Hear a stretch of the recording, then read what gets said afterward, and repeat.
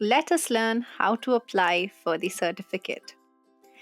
You will have to go to Chrome and type this website. Then click on Register. Click on Learner Participant and type your mobile number. Enter the OTP you received on it and then create a 4-digit password that you will have to remember for later. Enter your Aadhaar number and tick the box to agree. Enter the OTP received on the mobile number you registered. Under the skill courses, type Tekie and then click on Apply. At the bottom right, you have to tick the box to select and then click on Show Interest.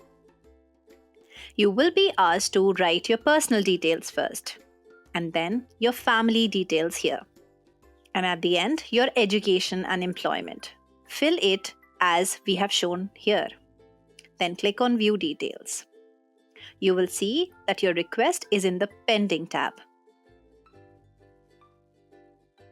After receiving the approval from the training partner, you will get notified through email. Go to this website again and click on Login. Click on Learner Participant, type the registered mobile number and the 4-digit password that you created. Go to Applications and click on View Application. You will see that it has now been moved in the Approved tab.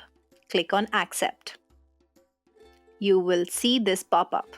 You have to click on View Batch. Once the batch ends, the certificate will reach you.